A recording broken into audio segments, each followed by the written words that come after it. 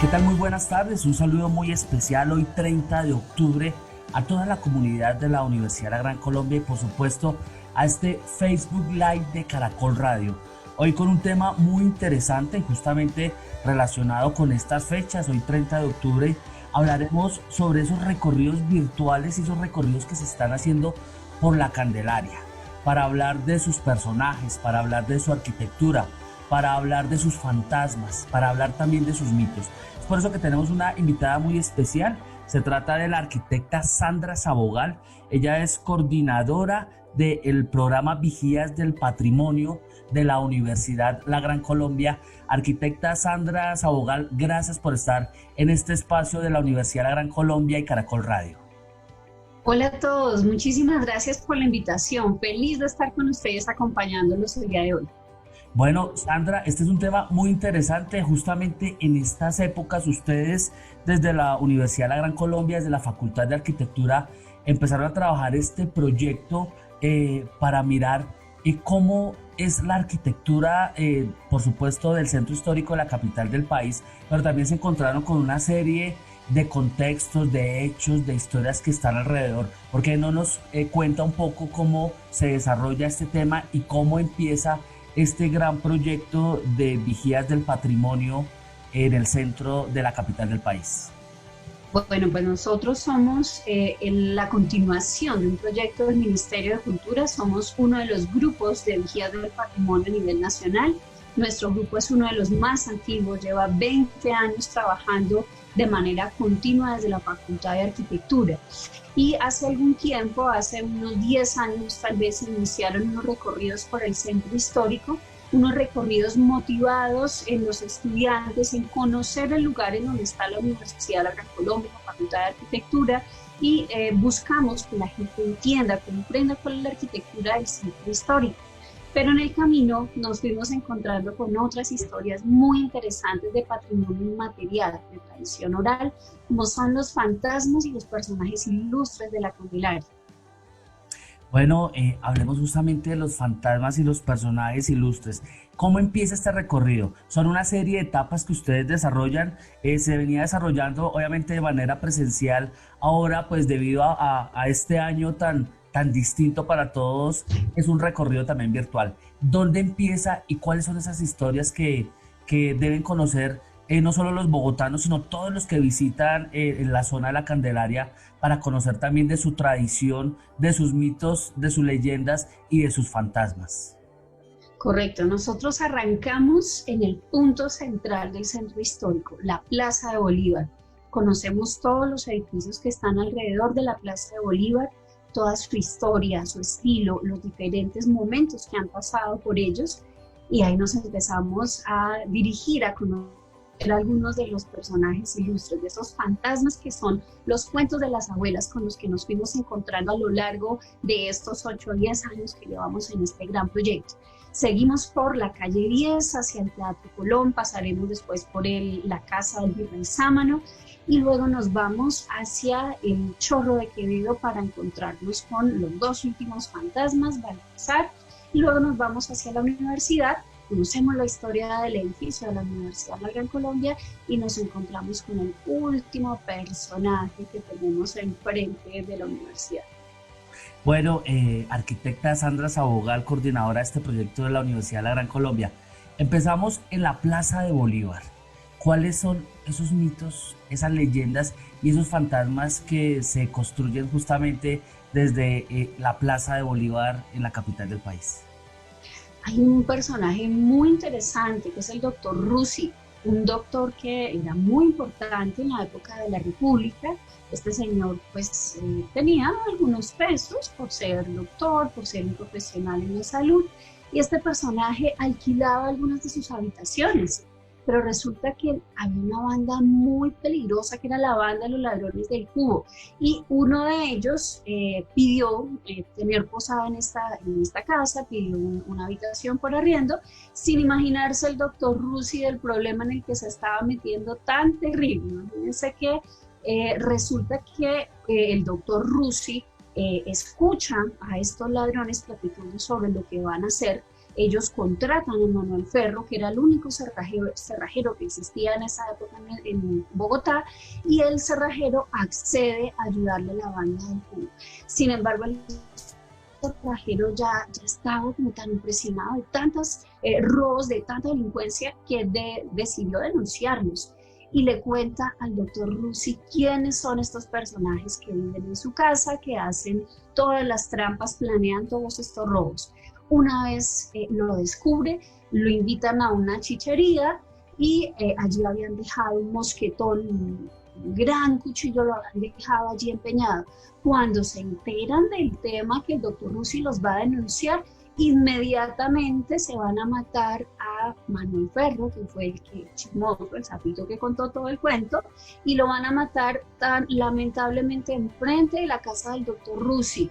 Y claro, inmediatamente Manuel, estando en estado lamentable, grita: me mataron, por Dios, me mataron. La vecina chismosa del frente sale por el balcón, ve al doctor Rusi, ve que es la casa del doctor Rusi, y dicen que es el doctor Rusi el que mató a Manuel Ferro, el cerrajero. Evidentemente fue condenado a muerte, muere en la Plaza de Bolívar el pobre doctor Rusi, y dicen que en todas las noches de noviembre, a altas horas de la noche, 11, 12 de la noche, se escucha al doctor Rusi diciendo: soy inocente, soy inocente. Bueno, el doctor Rusi, entonces nos lo encontraremos ya en un par de días, arquitecta Sandra, en la Plaza de Bolívar, diciendo justamente soy inocente. Interesante todas esas historias que forman parte de esa tradición oral y cultural de nuestra Bogotá. Y justamente mañana es el 31 de octubre, es el Halloween, es una fecha que evidentemente se ha transformado, pero qué maravilla poder hablar de estos temas justamente donde se mezcla la cultura, la arquitectura y la tradición oral, por supuesto, de nuestra capital. Bueno, después del doctor Rusi, esa tan maravillosa historia que nos acabas de contar, ¿qué sigue? ¿Cómo va ese recorrido justamente que se desarrolla en la Candelaria? Bueno, hablemos un poquito de arquitectura, de historia de la Fundación de Bogotá.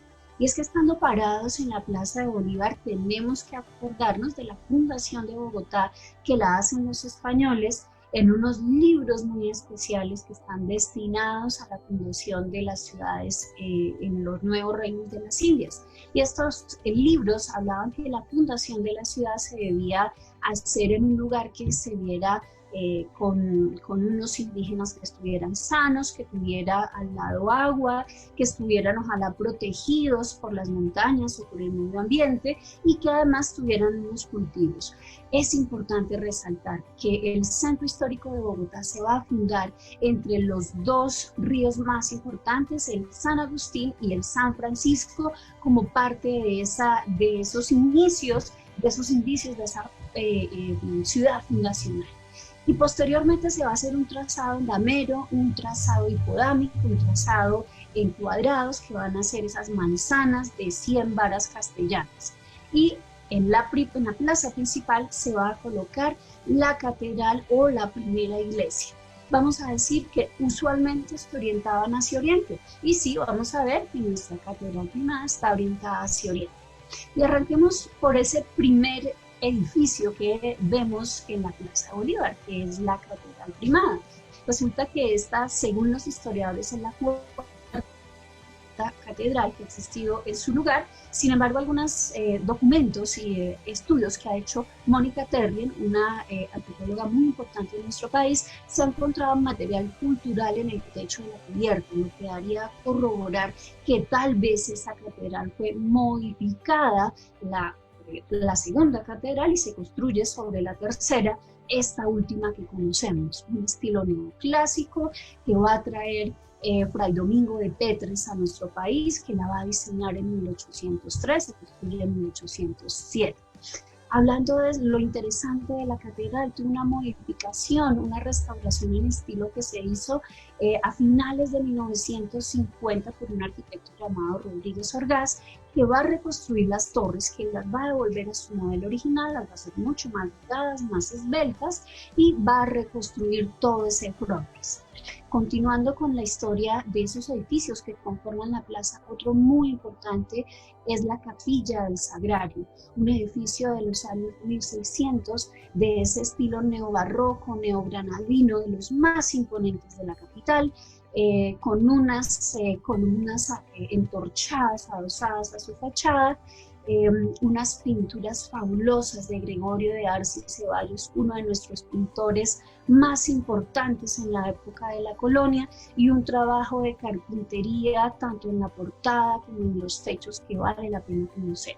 Pasando al siguiente costado de la plaza, nos encontraríamos con el Capitolio Nacional, un edificio que tuvo una historia muy importante. Es un edificio diseñado por el arquitecto danés Thomas Rid. Es un edificio que fue llamado coloquialmente el anciano de piedra. ¿Por qué? Esto porque duró su construcción más de 100 años. Casi no se logra terminar. Nuestro país está en guerra a mediados de 1800 y posteriormente va a llegar el arquitecto Gaston Lelarche a trabajar en el edificio, a terminarlo y completarlo. Otro de los costados importantes de la Plaza de Bolívar es el Palacio Liébano. El Palacio Liébano no es el edificio que tenemos hoy en día, el único que ha existido en este lugar.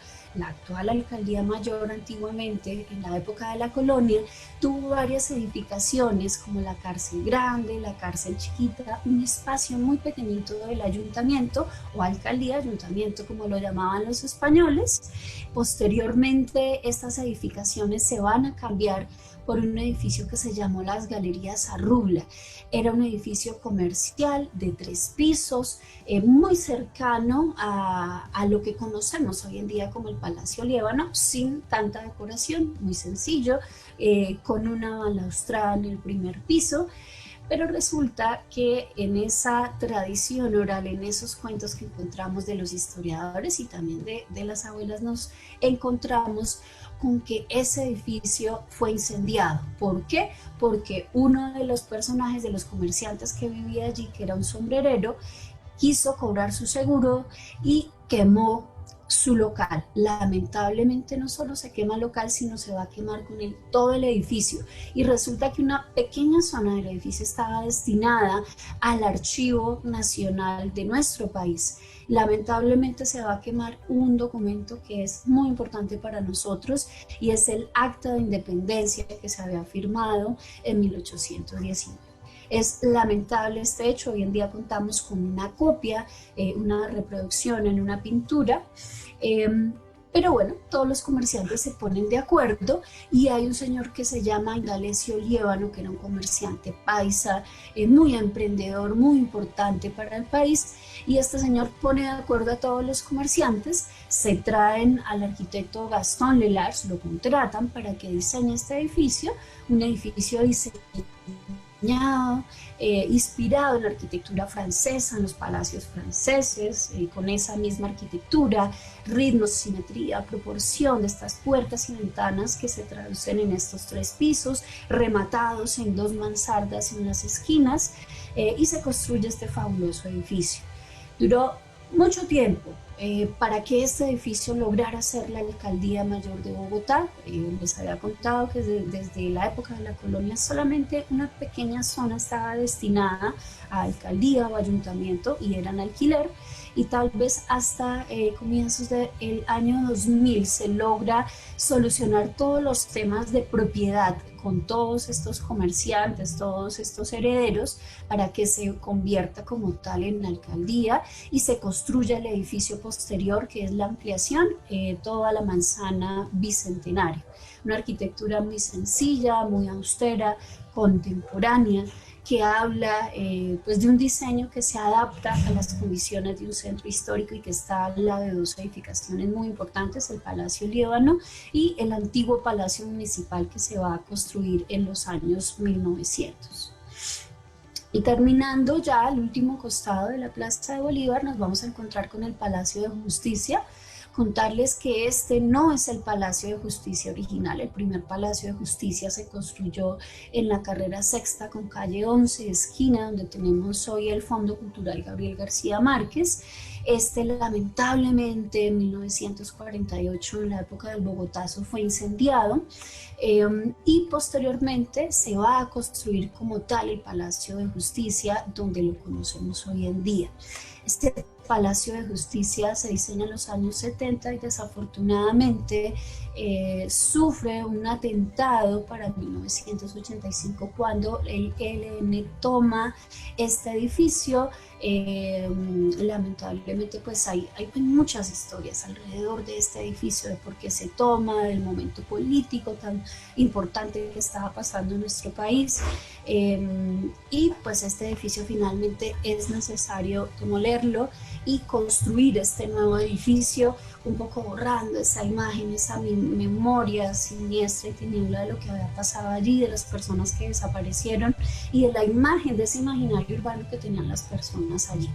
Se diseña este último edificio pensado en 3 volúmenes muy simples que permiten una transparencia visual para poder entender qué es lo que pasa allá dentro del edificio. Y el último, que es súper importante, que lo vamos a ver sobre la carrera séptima con calle 11, es la Casa del Florero, una edificación muy importante que la vamos a ver en todos los grabados, primeras pinturas que se hacen de Bogotá antigua, de la Plaza de Bolívar, donde existió una tienda, un comerciante que era un señor de apellido Llorente, que le piden en la época de la colonia, comenzando la República, le van a pedir un florero prestado, florero que era un elemento muy costoso, igual que la vajilla de plata, las vajillas que existían de loza fina que no se conseguían y no se construían en nuestro país, sino que se traían de Italia, de España, de Francia. Este señor las alquilaba a algunas familias adineradas, a algunos criollos de la capital, y pues se busca una excusa para poder hacer un conflicto con este señor, y algunos próceres de nuestra patria inician allí una reyerta, una pelea. Esto se hace un día de mercado, un viernes en la tarde, donde hay mucha gente, y con este conflicto pues inicialmente se obliga al virrey Amar de Borbón que inicie este proceso de independencia que nos llevaría a la constitución como tal de la República de Colombia.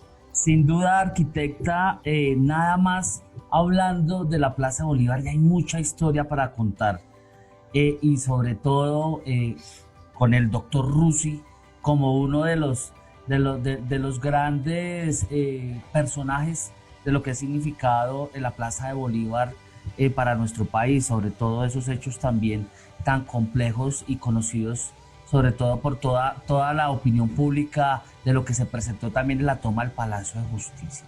Después de estar en la Plaza de Bolívar, ¿dónde continúa este recorrido que se hace tan interesante y que por supuesto la Facultad de Arquitectura de la Universidad de la Gran Colombia viene acompañando todas estas oportunidades de conocer un poquito más de lo que es la historia de nuestra capital?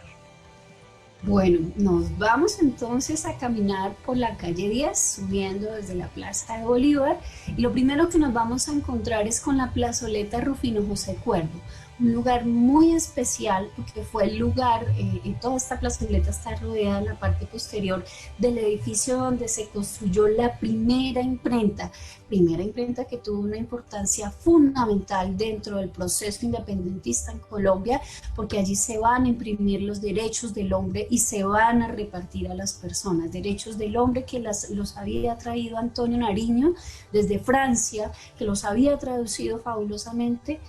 Hoy en día, en memoria, en recuerdo a esta historia, los vamos a encontrar tallados en piedra alrededor de estas edificaciones que están al lado de la plazoleta Rufino José Cuervo. Continuando con nuestro camino, la siguiente edificación que encontramos es la casa de Manuelita Sáenz, la que fue llamada la Libertadora del Libertador, un personaje muy importante también dentro del proceso independentista de nuestro país. no solamente por lo conocido de ella, que fue muy cercana a Simón Bolívar, sino porque esta señora realmente estuvo dentro de los procesos de independencia de Ecuador, de Perú, con unas ideas muy revolucionarias, muy importantes, que permitieron también, junto con el libertador Simón Bolívar, ese proceso de independencia. Pero bueno, vámonos a nuestro siguiente fantasma, Bueno, la ¿cuál es? lavandera. ¿Para dónde? Vámonos a contar la historia de la lavandera, un personaje fabuloso. Resulta que la lavandera era una chica que trabajaba en una casa muy adinerada, de unos señores muy adinerados. Pero pues ella, tal que cual vez salía al balcón, echaba un ojo a ver a quién veía, obviamente ella estaba buscando un marido, y claro, el vecino siempre la miraba y decía, esta debe ser la hija de esa familia tan importante, tan reconocida. Bueno, empecemos a galantearla, a piropearla, a mandarle flores, a cantarle por la ventana. Pues efectivamente se ha cuadrado a la lavandera sin saber que era la lavandera, se le pide matrimonio, y el día que se iban a casar, ¿qué creen? Este personaje no llegó a casarse. Esta mujer se ha puesto como loca, no entiende qué pasa, y claro, ya después las malas lenguas le llegan al señor con la historia de que ella era la lavandera, que no era la hija de esos adinerados propietarios de esas casas, y pues no se casa. Finalmente esta señora se vuelve loca, se desnuda por el balcón, sale todas las noches a gritar hasta que se muere. Posteriormente, como se le aparece ya estando muerta con el personaje con el que se iba a casar, pues definitivamente también se vuelve loco el señor y muere. Dicen que las malas lenguas, dicen las lenguas de la gente que vive en la Candelaria, que siempre los ven en la noche, cada uno desde su balcón gritando, desesperados. Esta es la historia de la lavandera. Ah, claro, lo interesante de la historia es que en la casa donde suceden estos hechos, ropa que dejen, ropa que aparece lavada, es lo más chévere, ¿no? Me encantaría tener una fantasma de este tipo en mi casa. Claro, nos ahorraría muchísimo trabajo con la lavandera. Bueno, arquitecta, después, ¿para dónde nos vamos en esta mágica y maravillosa zona de la Candelaria en Bogotá? Tenemos que seguir subiendo por la calle 10 y nos vamos hacia el Palacio de San Carlos. Este lugar hoy en día es el Ministerio de Relaciones Exteriores, y este Palacio de San Carlos tiene una historia fabulosa. Empezando por la localización, que tiene una localización privilegiada o en diagonal hacia la casa de Manuelita Sáenz. Manuelita Sáenz compró esta casa para echarle ojo allá al personaje de Simón Bolívar cada vez que venía a dormir en el Palacio de San Carlos. Resulta que algún día Manuelita Sáenz, y aquí completo la historia de esta chica tan impresionante que estuvo en la historia de nuestro país, es llamada la Libertadora del Libertador porque ella escuchaba cada rato qué le iba a pasar a Libertador, escuchaba y mandaba a sus empleadas al mercado a ver si se estaba camuflando algún tipo de problema, de conflicto, qué pensaba la gente sobre el Libertador, y ella va a escuchar que le van a hacer un atentado a Simón Bolívar. Y ella esa noche decide, como conoce que Simón Bolívar era un poco alzado en armas y no creía en nada, se va a quedar con él en el Palacio de San Carlos. Y ella le cuenta lo que había escuchado, que le iban a hacer un atentado. Esto era en el mes de septiembre, una noche septembrina, y le dice, oiga, van a venir, pero no va a venir uno, van a venir muchas personas a hacer un atentado y lo quieren matar porque no están de acuerdo con sus ideas nuevas, con esta nueva república que usted quiere hacer, con las ideas de independencia.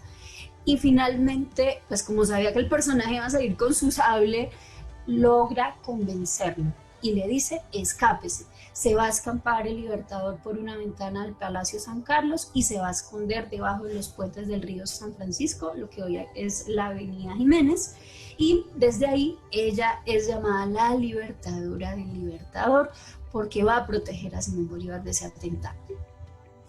Bueno, sin duda historias maravillosas, interesantes, que se desarrollan en el marco justamente de ese recorrido que en este momento se hace virtual. Antes de continuar, arquitecta Sandra Sabogal, coordinadora de este proyecto de la Facultad de Arquitectura de la Universidad de la Gran Colombia, ¿cómo pueden aquellas personas que quieran conocer un poquito más de este recorrido y conectarse justamente con lo que hace la Facultad de Arquitectura para poder estar en contacto con ustedes? Claro que sí, nosotros tenemos hoy en día no solamente disponible este recorrido, sino muchísima información cargada sobre lugares históricos y historias de los personajes ilustres, fantasmas, en nuestro canal oficial de YouTube que se llama Vigías UGC. Así nos encuentran, Vigías del Patrimonio UGC. Allí van a poder encontrar diversas listas de reproducción, donde encontrarán estos recorridos, donde encontrarán webinarios fabulosos que hemos hecho sobre arquitectura industrial rehabilitada. Bueno, muchísima información que la verdad los invito a conocer. Con mucho cariño se ha hecho todo este trabajo. Bueno, arquitecta, sin duda un trabajo absolutamente maravilloso. Bueno, ya pasamos por el doctor Rusi, pasamos por la lavandera, esa historia de Manuelita Sáenz. ¿Qué sigue en el marco de este maravilloso recorrido? Bueno, sigamos por la calle 10, nos vamos a encontrar al frente del Palacio San Carlos con el Teatro Colón. Teatro Colón, que no es el primero que existe en este lugar. El primer teatro fue el Coliseo Ramírez, un edificio que se hace inspirado en los teatros de comedias, en los corrales de comedias tal vez de los españoles, que era una casa con un gran patio y muchos balcones, donde se presentaban las primeras funciones en la época colonial. Este Coliseo Ramírez va a ser después llamado el Teatro Maldonado, lo compran los hermanos Maldonado y hacia finales de 1800 va a ser expropiado y se va a contratar a Luigi Ramelli y a Pietro Cantini para la elaboración del Teatro Colón como lo conocemos hoy en día. Esta es una de las joyas arquitectónicas de equipamientos culturales más importantes que tiene Bogotá y el país, por esa riqueza ornamental, por su diseño, que es un teatro clásico bastante imponente, que fue Premio Nacional de Arquitectura en la Bienal, en la modalidad de restauración, obra del arquitecto Max Ojeda, y que en este momento se está ampliando para ofrecerle unos mejores espacios a todo el sector cultural que necesita este lugar tan fundamental en la ciudad. Continuando con nuestro recorrido, vamos a llegar a la carrera cuarta, también con calle 10, y nos vamos a encontrar con la Casa del Virrey Sámano, nuestro siguiente fantasma de la Candelaria. Este lugar hoy en día es el Museo de Bogotá, sede 1, sede Sámano, donde se realizan unas fabulosas exposiciones sobre diversas temáticas de Bogotá, arquitectura, pintura, escultura. Bueno, es muy importante este edificio, pero lo más importante es la historia. Resulta que dentro de la historia se cuenta que allí vivió el último virrey que tuvo el nuevo reino de Granada, que fue el virrey Sámano, un personaje muy malo, reconocido por haber matado a varios próceres de la patria, como nuestra querida Pola. Este personaje fue tan malo que pues la gente lo odiaba.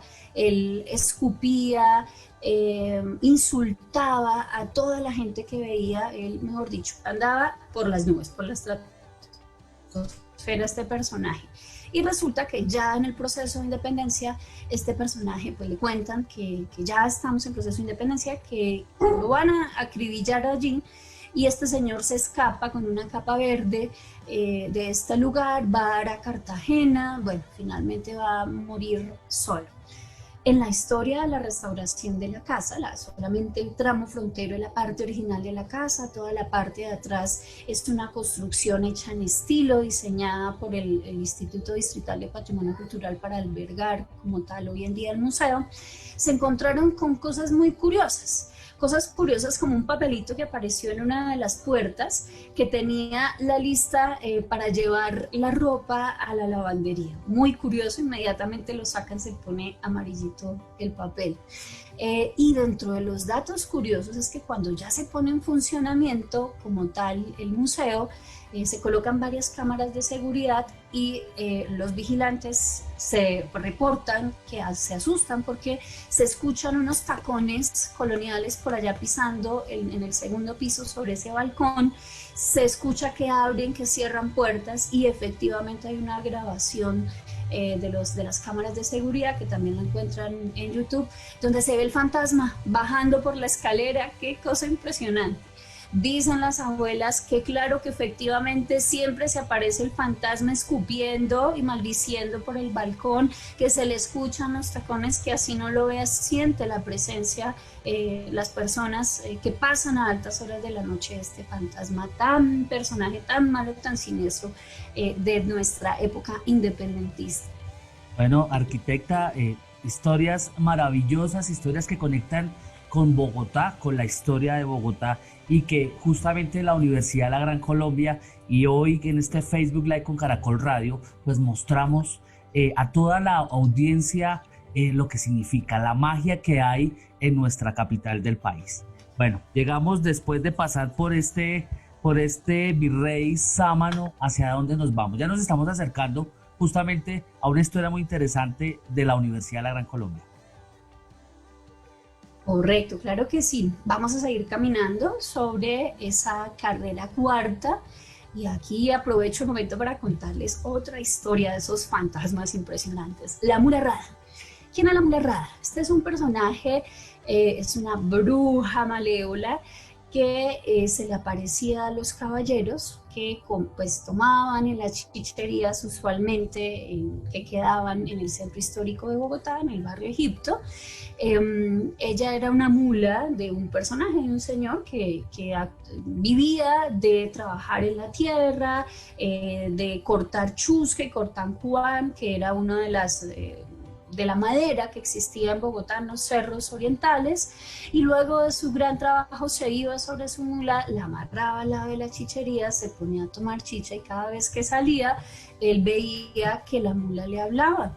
Le pareció muy curioso, un día se acercó y le dijo, pues, ¿cómo era? ¿Qué le iba a decir? Pues se ha convertido en una hermosa mujer la mula, y él decía, no, estaré muy ebrio de tanta chicha, de tomar tanto. Pues la mula se lo ha llevado hacia la montaña y en la montaña lo convierte en una mula. Claro, baja la mula de nuevo, otra vez convertida en una hermosa dama, y a todos los hombres que toman tanto en la noche, a altas horas en la Candelaria, se los lleva a la montaña y lo convierte en mulas. Entonces, ojo pues, tengan mucho cuidado cuando estén por ahí desparchados tomándose algunas copas en el centro histórico. Mucho cuidado. Bueno, continuando con nuestra historia y saliendo de nuestra querida Mula Rada, nos vamos a ir hacia el Chorro de Quevedo. Y el Chorro de Quevedo está relacionado, esta plazoleta tan interesante, con los puenteros. Hoy en día es un lugar de celebración para la gente joven, para los universitarios, tiene unos restaurantes fabulosos que vale la pena conocer, pero también tiene una historia por parte de algunos historiadores que no es corroborada, pues porque no hay algún documento que no lo diga fehacientemente, que allí se hizo la fundación de Bogotá. Resulta que pues, se dice que allí fue donde se instalaron las 12 chozas, y que allí fue donde se construyó la primera iglesia. Realmente la primera iglesia que encontramos en este lugar no hay una datación específica, pero sí hay algunas pinturas de la época colonial que nos mostrarían una capilla muy similar a la capilla del Palomar del Príncipe que encontramos allí, una capillita doctrinera de una sola nave, muy sencilla, donde se celebraban las misas y tal vez los indígenas estaban en la parte de afuera por respeto a esa celebración y solamente podían entrar los españoles, los criollos a este lugar. Esta iglesia efectivamente pues no es de la época de la colonia, esta iglesia y tanto la iglesia como la plazoleta ha tenido diversas modificaciones que ha hecho la Corporación La Candelaria, hoy actual Instituto Distrital de Patrimonio, pero sí nos cuenta un poquito esa historia de esa Bogotá fundacional y de cómo ha podido ser la primera iglesia. Bueno, continuemos, vámonos ahora sí hacia la Universidad de la Gran Colombia. Vamos a caminar sobre la calle 12B y 12C, vamos a ir bajando hasta la carretera quinta y sexta, donde vamos a encontrar la Universidad La Gran Colombia. Y la historia que hay que contar es muy interesante. Resulta que el lugar donde está hoy en día la Universidad La Gran Colombia, pues no fue el lugar de la fundación. Tal vez la primera sede de la Universidad La Gran Colombia estuvo cerca de la calle 19.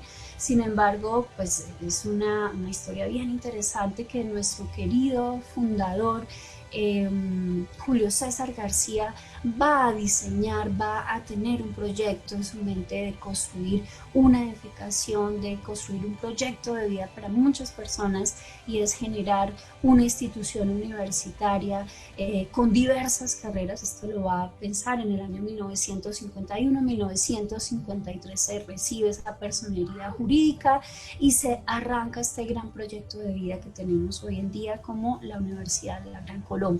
Una manzana completa rodeada de mucha historia, de muchas edificaciones que tienen mucho reconocimiento por parte de toda la gente que pasa a diario por el centro histórico, y sobre todo por la historia de las facultades más antiguas que tiene Bogotá y tal vez nuestro país, como la Facultad de Derecho, la Facultad de Arquitectura. Hoy en día también tenemos la Facultad de Ciencias Económicas y la Facultad de Ciencias de la Educación. Así es, arquitecta Sandra Sabogal, un recorrido maravilloso que acabamos de hacer por la Candelaria, justamente hoy 30 de octubre, donde nos acercamos al famoso Halloween, y estas historias sin duda se alimentan muy bien, entendiendo que de pronto nos encontramos la próxima semana al doctor Rusi por ahí, caminando por las calles de la Plaza de Bolívar. Arquitecta, muchísimas gracias, un espacio maravilloso para hablar de la tradición oral, de la historia y de la arquitectura de nuestra Candelaria. Un sitio que vale la pena que no solo los bogotanos, sino todos los colombianos y por supuesto todos los extranjeros que nos visitan, pues tengan la oportunidad de poder conocer. Claro que sí, y no crean, les dejé la última historia de fantasmas para el final. El duende Bueno, Baltasar. ¿qué es la Claro que mejor? sí, es el duende Baltasar. Imagínense que el duende Baltasar está ubicado al frente de la Universidad de la Gran Colombia. Hoy en día funciona en esta casa un restaurante que se llama también así, el duende. Imagínense que esta historia también nace por allá en la época de la República, donde se veía muy mal visto que una mujer quedara embarazada, ¿no? Sin tener su esposo, sin tener su familia realmente legalmente constituida, pues una señora queda embarazada. ¿Y ella qué hace? Ella va a ocultar su embarazo durante los 9 meses, y cuando ya llegó la hora de tener el bebé a altas horas de la madrugada, tiene el niño y lo va a meter en el pozo que hay en el patio de la casa. Va a meter el niño ahí, lo va a ahogar. Y pues dicen que esa noche estuvo toda la noche con una tormenta intempestiva, que se escucharon algunos llantos de un bebé, y finalmente al otro día todos los árboles amanecen sin hojas, sin frutos, sin flores, y pues amanece muy raro, ¿no?